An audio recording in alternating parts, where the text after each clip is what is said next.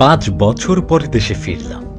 বাসার গেটে দারোয়ান আমাকে আটকে দিয়ে বলল, ওই মিয়া, ব্যাগটা নিয়ে কই যান? দারোয়ানের এমন কথায় আমি মোটেও বিচলিত নই, কেননা 5 বছর পরে প্রবাস থেকে বাড়িতে ফিরলাম। তাই আমাকে চেনার তো কোনো প্রশ্নই আসে না, বরং আমি আরো খুশি আমার বাসার দারোয়ানের কাজের প্রতি কেয়ারিং দেখে। তাই একটু খুশি হয়ে বললাম, তোমার নাম রহিম, তাই না? দারোয়ান কিছুটা অবাক হয়ে বলল, হ, আমি রহিম, কিন্তু কিন্তু আপনি কেডা? আমার নাম জানলেন কেমনে?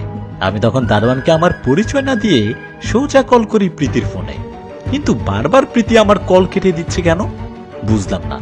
কারোর স্বামীর প্রবাস থেকে বাড়িতে ফিরবে শুনলে অন্যদের বউয়েরা শুনেছি এয়ারপোর্টে গিয়ে দাঁড়িয়ে থাকে, আর আমি বাসার গেটে এসে কল করছি, আমার বউ তবুও কল রিসিভ করছে না।